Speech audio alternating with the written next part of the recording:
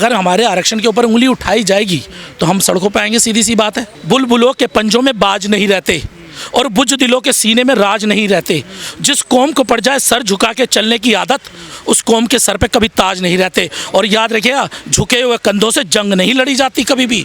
अगर आपको अपने हक अधिकार के लिए लड़ना है तो आपको आना पड़ेगा, और अगर गुलामी करनी है तो मत आइए, घर के अंदर ताली बजाइए। बिहार में पूरा भारत बंद का असर दिखाई देगा आपको, हरियाणा में दिखाई देगा, राजस्थान के अंदर आपको दिखाई देगा। चाहे दिल्ली के जो पेट भरे हुए लोग हैं वो असर करे या ना करे उनको, लेकिन देश में और भी लोग हैं जो सामाजिक संगठन चलाते हैं, जो समाज के लिए लड़ते हैं ज़मीनी स्तर पे, जिनकी जेब में 1 रुपया हो ना हो लेकिन समाज के लिए संघर्ष करने से पीछे हटते नहीं है। वो लोग सड़कों पर उतरेंगे, मैं आपको दिखा दूंगा। अगर आज आरक्षण के लिए आप लोग नहीं खड़े होगे तो आने 10 साल बाद भी आप आंदोलन नहीं खड़ा कर पाओगे। कैसे कर लोगे? आपसे केस तो लड़े नहीं जाते। मंदिर की लड़ाई लड़ोगे, अरे जब मंदिर की लड़ाई लड़ोगे तो आरक्षण की लड़ाई कैसे लड़ लोगे? ये बता दो मेरी बात का जवाब। दूसरे अगर समाज ने न कसम खाई नहीं पड़ रहे तो हम उनका विरोध तो नहीं कर सकते, लेकिन हम अपने बच्चों के हक अधिकार कैसे खो दें?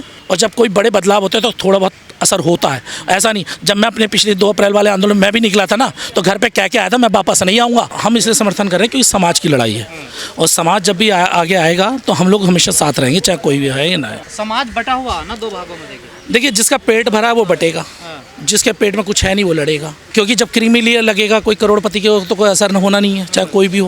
क्यों वो बाहर नहीं होगा? मैं बता रहा हूँ क्योंकि उन्हें जरूरत ही नहीं है ना, उनके बच्चे तो बिजनेसमैन ऑलरेडी है। लेकिन आज एक नॉर्मल एक आम आदमी जो है, आम आदमी क्रीमी, जिसकी हम बात कर रहे हैं क्रीमी लेयर की, बार बार बात करें क्रीमी लेयर की, एक आम आदमी नॉर्मल 1 साल में 3 लाख के आसपास कमाई लेता है, लेकिन एजुकेशन महंगी है, तो फिर हमारे बच्चों के जो शिक्षा वाले क्षेत्र हैं वहाँ पर एंट्री बंद हो जाएगी। हम इस बात को कह रहे हैं, क्रीमी लेयर का हम विरोध कर रहे हैं। अगर क्रीमी लेयर का विरोध करना अगर विद्रोह है, हाँ विद्रोही हम साफ कहते हैं। तो क्रीमी लेयर को तो मना करते हैं ना सरकार ने भी। देखिए सरकार कह जरूर रही है, आप याद रखिए अभी कोई 9वीं अनुसूची में तो वो पढ़ा नहीं है। जब 9वीं अनुसूची के अंदर वो नहीं है तो आप समझिए कि वो कैसे उसकी बात पर विश्वास कर ले। कोई अध्यादेश सरकार लेकर आई हो, कोई बिल लेकर आई हो उससे रिलेटेड। सुप्रीम कोर्ट का जजमेंट आने के बाद से अभी तक सरकार ने सिर्फ बयान दिया है, कार्यवाही कुछ नहीं करी है। जब तक कार्यवाही नहीं होगी जब तक हम कैसे वो मान लें? तो आप चाहते हैं अध्यादेश लाए सरकार? हम तो कहते हैं कानून लेकर आए, 9वीं अनुसूची के अंदर डाला जाए ताकि कोई छेड़खानी बार बार तो न करे। हम तो ये बात कह रहे हैं।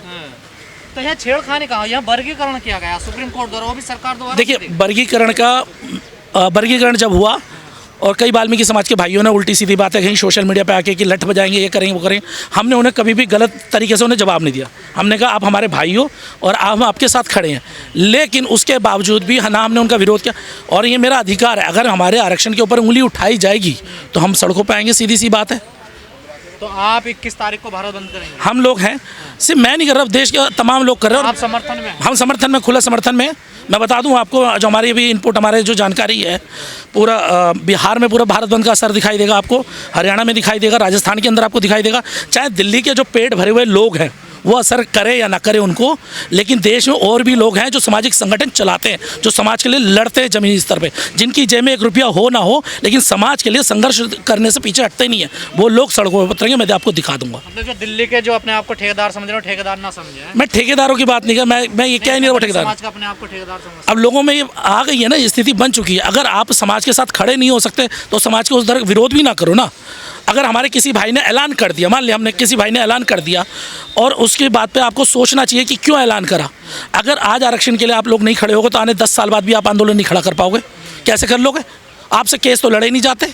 पर यहाँ ये कहा जा रहा है चाल है ना, आपस में लड़ाने की चाल है। देखिए, चाल तब सफल होती जब हम उनसे लड़ते। हम नहीं लड़ रहे। उनका 20 तारीख को प्रोटेस्ट है, हमने कहा ठीक है आप करिए, आप 20 तारीख को प्रोटेस्ट करिए, हमने मना नहीं करा। उन्होंने अभी पीछे लगातार मीटिंग है वो कर रहे हैं, हमने उसका विरोध नहीं करा। लेकिन क्या मेरा जो अधिकार है क्या मैं उसे नहीं करूं? अगर मेरे रिजर्वेशन के ऊपर बात आएगी, क्योंकि देखिए मैं आपको एक बात बता दूं, बुरा मेरे छोटे भाई बुरा न माने, भाई बता रहा हूँ, उस बात को हमने कोशिश करी, लेकिन कुछ ऐसे लोग थे जो नहीं चाहते थे कि हम आपस में बात करें। और लगातार जो हिंदुवादी संगठन में, देखिए मैं कहना नहीं चाह रहा, लेकिन हिंदुवादी संगठनों के साथ वो बैठकर मंदिर की लड़ाई लड़ोगे। अरे जब मंदिर की लड़ाई लड़ोगे तो आरक्षण की लड़ाई कैसे लड़ लोगे? ये बता दो मेरी बात का जवाब। जब आरक्षण की लड़ाई तो वही लेगा ना फ़ायदा, वो जो पढ़ाई करेगा। हम लोगों ने शिक्षा को अपने परिवार में डाला, हमने लिया, तब जाके हमें अपने हक अधिकारों की बात पता लगी, तब हम लोगों ने लड़ना शुरू करा। लेकिन अगर आप लोग नहीं सुनोगे हमारी बात को, नहीं मानोगे हमारी बात को, तो हम कैसे वो करें? भाई कोई तरीका तो होगा। अब मैं जैसा कहा जा रहा जानबूझ के ये सरकार की, सुप्रीम कोर्ट की चाल है कि ये लड़ाया, समाज को लड़ाया जाए, बांटा जाए। आपको भी लगता है ये चाल है? देखिए, लड़ाने की बात तो तब आती जब हम आपस में लड़ रहे होते। हम तो अपने हक अधिकार की बात कर रहे हैं। बाबा साहब एक बात कहते हैं ना, अगर मेरे कारवा आप सड़कों पर उतरने के बाद मैं बता रहा हूँ भाई जी, बाबा साहब ने कहा मेरे कारवा को आगे नहीं ले जा सकते, वहीं रोक देना। अब हम लोग क्या कह रहे हैं, नहीं कारवा को आगे भी नहीं जाने देंगे, यहाँ भी नहीं रोकने, पीछे ले जाओ चाहे। अगर आज आरक्षण के अंदर जो मैं कह रहा हूँ जो क्रीमी लेयर लग गया, तो जो हमारे गांव देहातों से पढ़ लिख के बच्चे थोड़ा सा, आप इसे सिर्फ नौकरी के साथ मत जोड़िए कि नौकरी तक ही सीमित है, ये एजुकेशन में भी लागू होगा। आप याद रखिए 3 लाख की अगर सालाना इनकम है, आज एक कोर्स करने के लिए 4.5 लाख से ऊपर हमें पेमेंट करनी पड़ती है। 12th के बाद आप कोई भी कोर्स कर लीजिए, 4.5-5 लाख का कोर्स होता है, तो हमारे बच्चे पढ़ेंगे कैसे भाई? दूसरे अगर समाज ने न कसम खाई नहीं पढ़ रहे तो हम उनका विरोध तो नहीं कर सकते, लेकिन हम अपने बच्चों के हक अधिकार कैसे खो दें? ये तो मूर्खता है। अगर भारत बंद हो गया तो वैसे फिर फर्जियत होगी, अगर नहीं बंद हुआ, सफल नहीं हुआ। देखिए, मैं एक बात हमेशा कहता हूँ और इस बात को बड़े गौर से आपके मीडिया के माध्यम से कहना चाहूँगा, बुलबुलों के पंजों में बाज नहीं रहते और बुज़दिलों के सीने में राज नहीं रहते।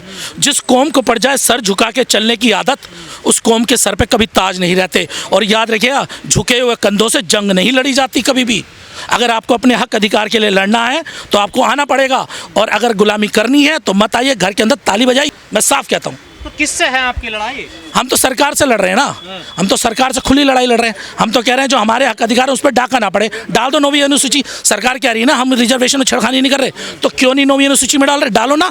अरे तो उसके लिए सेशन बुलाना पड़ेगा ना। सेशन भाई साहब क्यों नहीं? जब दूसरे कानूनों के लिए सेशन बुलाया जा सकता है, तो जो हमारे हक अधिकार आरक्षण का जो बड़ा मसला है, उसके लिए अगर आप नहीं करोगे तो सड़कों पर तो आना पड़ेगा। इंडिया गठबंधन भी तो सहमत नहीं हो रहा ना इस पर। देखिए, इंडिया गठबंधन की कई सरकारें कह रही हम लागू करेंगे इसको। लोगों ने हमारे लिए हमारा समाज पहले है। समाज होगा तो हमारी पहचान है, समाज नहीं है तो हमारी पहचान नहीं है, हमारा अस्तित्व नहीं है। समाज से हम बनते हैं, हमसे समाज नहीं बनता। ये हमारे नेताओं को समझना चाहिए सबसे पहले कि कांग्रेस कह रही है हम लागू करेंगे अपने राज्यों में, तो उनका भी विरोध होगा। जब हम लोग आ रहे हैं, जब हमारे एक भाई ने ऐलान कर दिया, मैं कह रहा हूँ समाज पहली बात जब बार बार आती 2 अप्रैल वाली बात, 2 अप्रैल में भी कोई नेता नहीं था, कोई नहीं बन पाया, इसमें भी कोई नेता नहीं बनेगा। है क्या नेता बन जाएगा? इसीलिए तो चुप हो रही है परेशानी। कुछ लोगों को डर है कहीं कोई नेता ना बन जाए हमसे। यानी आप करो तो बहुत अच्छा, दूसरा कर ले तो बहुत बुरा। अरे भाई, ये लड़ाई पहली बात नेता बनने की नहीं है, ये लड़ाई आपके हक अधिकार, आपके अधिकारों को बचाने की लड़ाई है, ना कि उसकी। अगर ये लगता है, मैं फिर कहता हूँ, अगर आपको लगता है कि घर में बैठ के ताली बजाने से आपका मनोरंजन हो जाएगा तो घर में आराम से बैठिए, कोई जरूरत नहीं आपको आने की। लेकिन जिसको लगता है, जिसके अधिकार छिन रहे हैं, जिसे लगता है गलत हो रहा है, जो बाबा साहब के आइडियोलॉजी को मानता है, वो सड़कों पर आए। नहीं आना कोई बात नहीं, मैं तो कह रहा हूँ सड़कों पर आओ, तो मैं थोड़ी कह रहा हूँ हथियार लेके चल जाओ।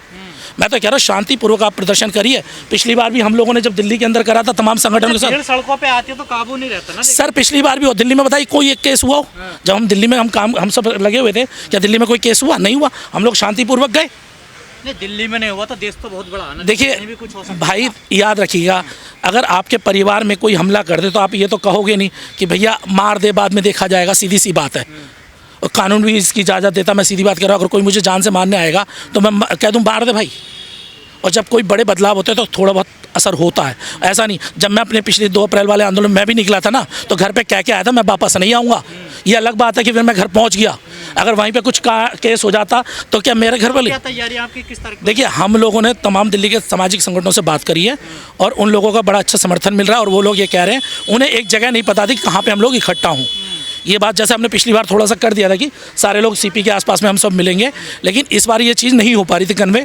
तो हम लोगों ने इस बार भी यही प्लान किया है कि जो दिल्ली के सामाजिक संगठन है वो कनॉट प्लेस में इकट्ठा होंगे, कनॉट प्लेस से वो जनपद तक पैदल मार्च करेंगे।